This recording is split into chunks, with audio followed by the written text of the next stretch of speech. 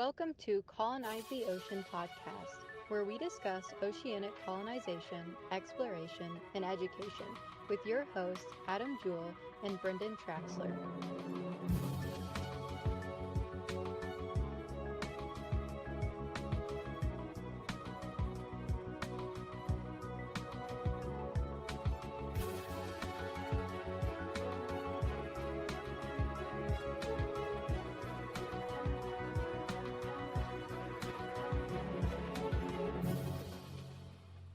Welcome once again, everybody, to the Colonize the Ocean podcast. My name is Adam Jewell, and with me, as always, is my good friend Brendon Traxler. Brendon, how are you doing today, buddy? I'm alright. We're good. It took you a while to come up with that Yeah, answer. you know. How's the humidity? It's pretty warm down here. We actually had a kind of a gross one today, so yeah, it's like 90s and high humidity. And we're expecting not fat guy friendly. Yeah, and we're expecting maybe some rain from that tropical storm coming up, getting ready to slam in to Louisiana area down south here too. So Cute. Yeah, and you're already having problems with your internet getting knocked out, so that'll be fun. Yeah, that'll be fun. So today, buddy, we got some stuff we're going to talk about for our 20th episode of Colonize the Ocean podcast. I can't believe we've made it this far. Actually, I can. It's not that big a deal. 20 episodes really isn't all that big a deal in the grand scheme. I mean, hey, baby steps. But it's been fun. Yeah, baby steps. And this is probably like the 5th or 6th episode that we've been doing a video version for. So that's kind of cool. Something like that.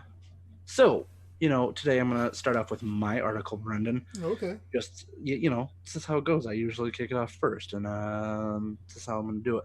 So, one of the things we talked about this week on the Atlantic Sea Colony Facebook page, where we publish a lot of the news articles that we find and whatnot. So, the one I found is from DW.com, and the name of the article is Living Planet. Playing sounds underwater could help restore coral reefs. And it's more so a video that they got on there that kind of explains what's going on. But this website, DW, they spoke to a marine biologist from the University of Exeter. His name's Tim Gordon, about different ways or different methods that they're using to restore the coral reefs, particularly the Australia's Great Barrier Reef. And so one of the things that's happening, obviously, is like the Great Barrier Reef is getting destroyed and it's losing a lot of life around it. And one of the things that he mentions in their little interview on the site is that when you put like a microphone down by this coral reef, you notice that it just does not sound the same as a lot of other coral reefs.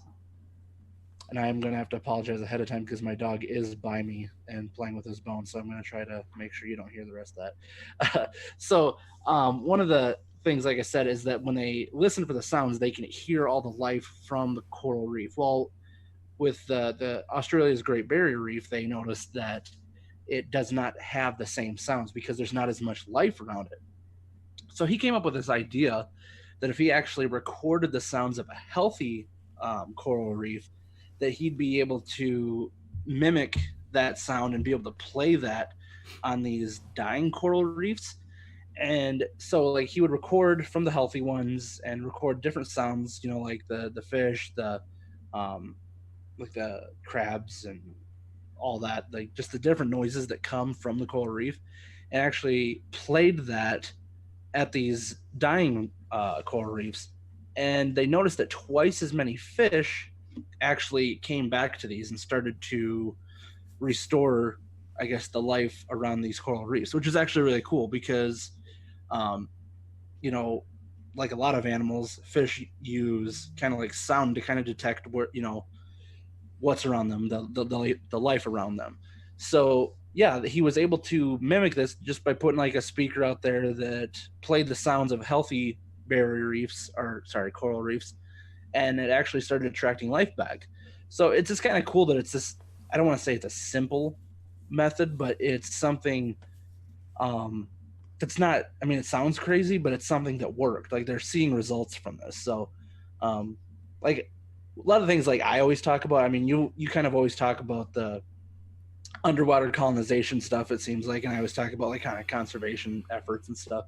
So it's always kind of cool that to see when these groups or people are coming up with ways to start making things better, rather than like, because we always see stuff about how doom and gloom everything is. So by being able to see what this guy's doing, and step by step methods of trying to restore the life, it's just kind of cool to see that something as simple as that is working. Yeah, and talking about the Great Barrier Reef, I know that there's this article, I don't know if, in the last week or two, talking about how it's going through one of the largest bleaching events in history right now too. So it's under duress and stuff like that due to the warming waters and stuff along those lines. So yeah, anything that can be done to encourage growth and life on these coral reefs, especially in the Great Barrier Reef, which is the largest in the world, is definitely a cool thing. Yeah, and I got to thinking after I read that, because like we mentioned dang near every episode of this, is that one of the things that we always catch heat for is, are we going to destroy biosystems by placing underwater habitats at the bottom of the ocean or whatever?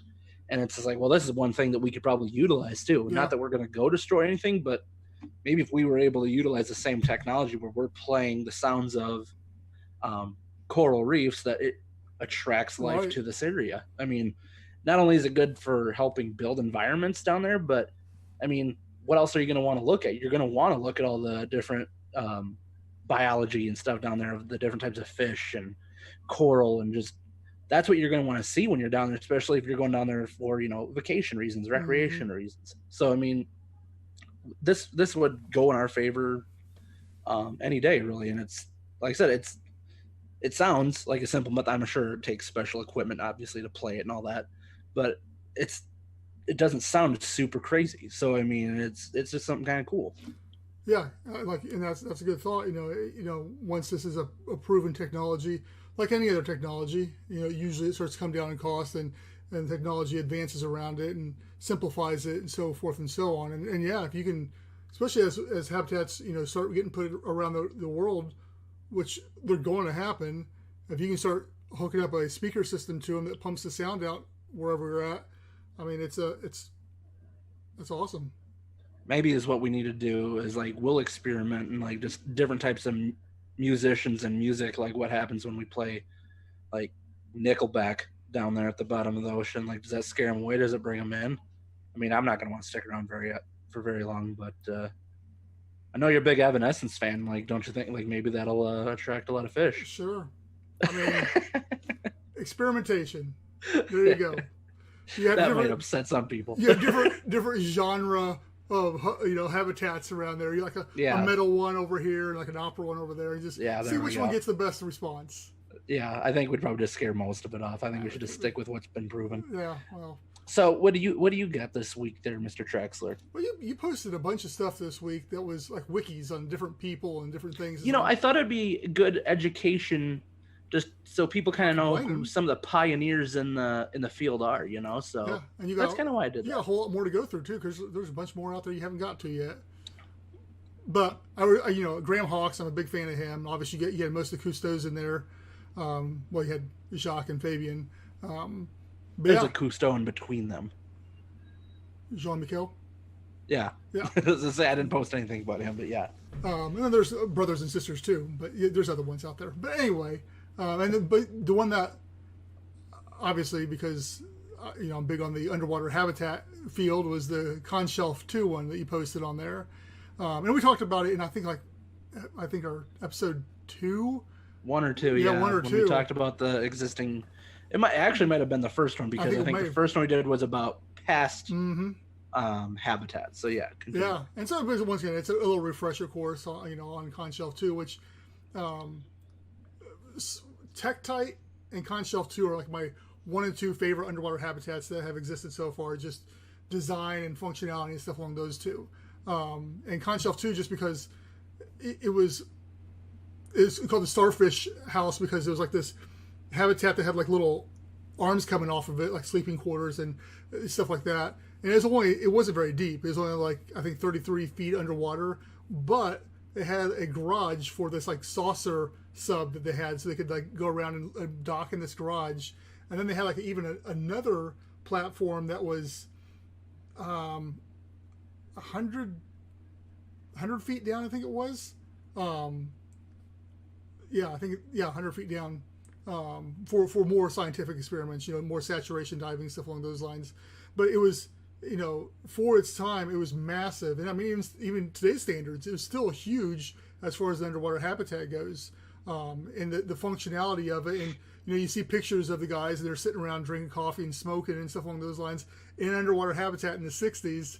And it was just, it's one of those sci-fi pictures that shouldn't be real based on what we have today.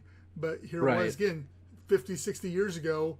We had this, Jacques Cousteau was doing some amazing stuff, and had he had the funding and to go on, obviously he had Conshelf 3, and he had more plans and stuff along those lines to go bigger and better. And hopefully now with Fabian, be able to carry on that pole to Proteus and stuff along those lines. But yeah, it's just, if in the show notes, I'll put the wiki obviously, but I'm gonna put some more stuff about Conshelf too, because it was cool. And part of it, I mean, part of it's still underwater today, as a natural coral reef. So yeah, it's really cool.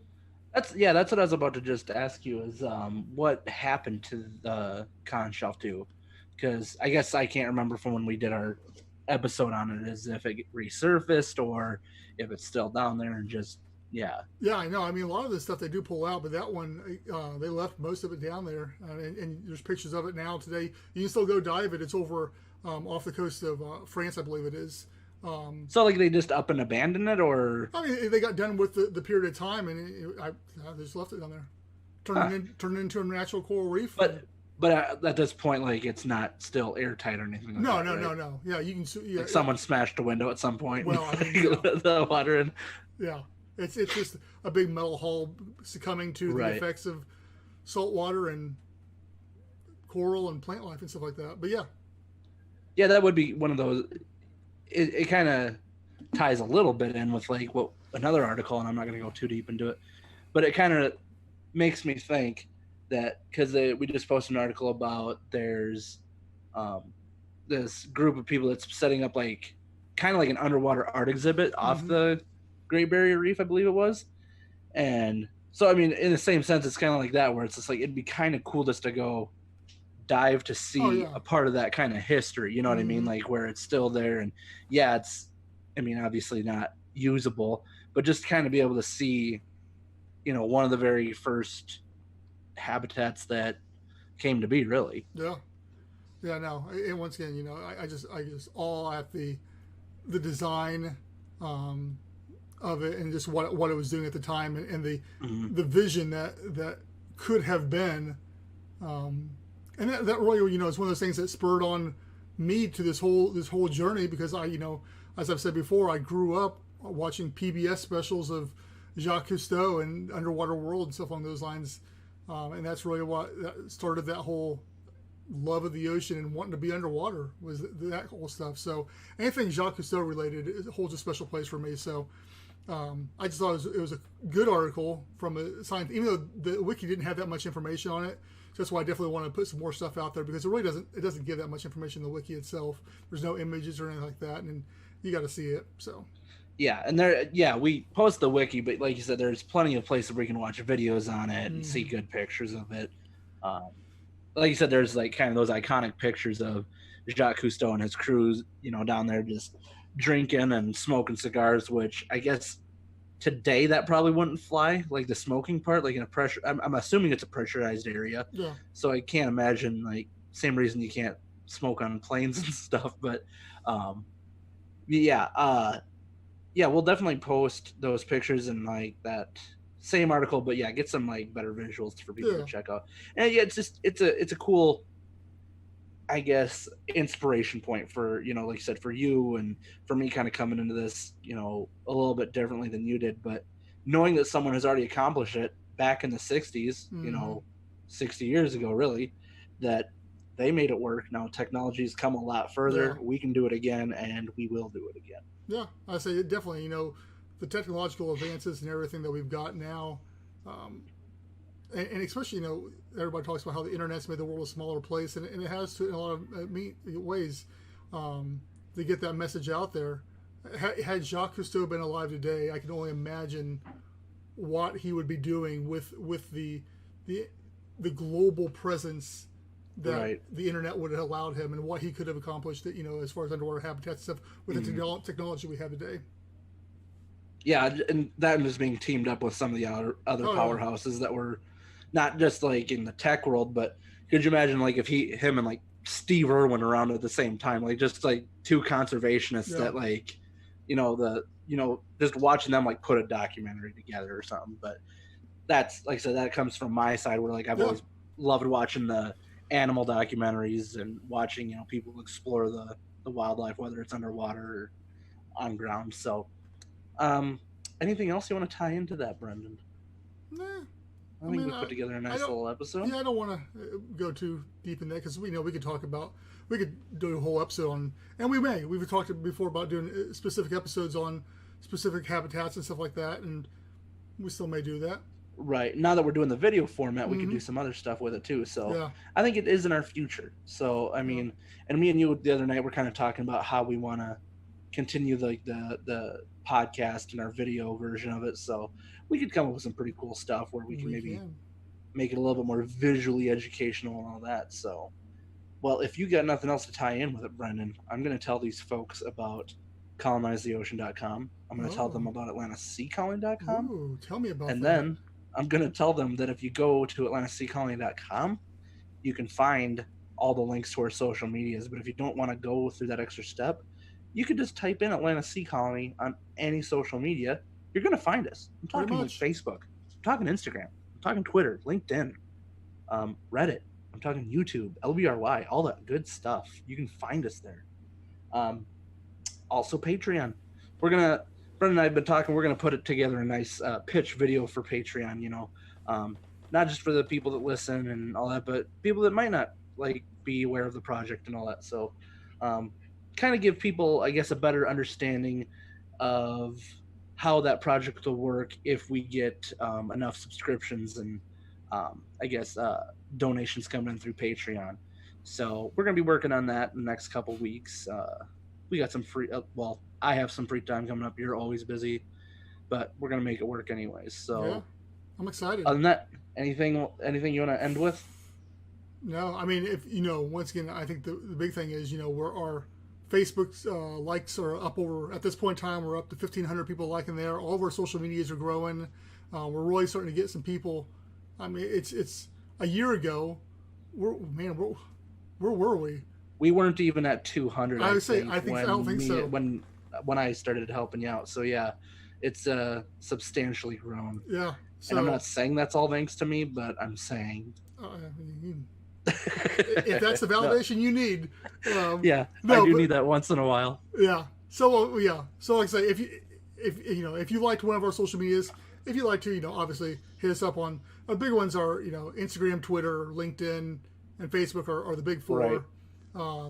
But we do a lot of discussion on Facebook. Not that we don't want to on the other ones, but Facebook is just the platform is so much more open for doing that, and it's been really cool too. And like I said, I don't want to drag out this outro, but we get a lot of messages about people asking like, "Hey, are you hiring?" Because I'm ready to come work for you guys. It's like we wish we were at that point. We wish we've had people that are like super qualified to do this kind of stuff. Like people that do professional diving, people that have like underwater welding and just that kind of like certification and background. And it's just like if one of us had won the lottery a week ago, I mean, we would have hired these people and been able to start this project. So but they will come, and it's just a matter of how soon we can get there, but it will be there. Yeah, and for me it's a very humbling experience every time we get one of those things, because I mean obviously it helps.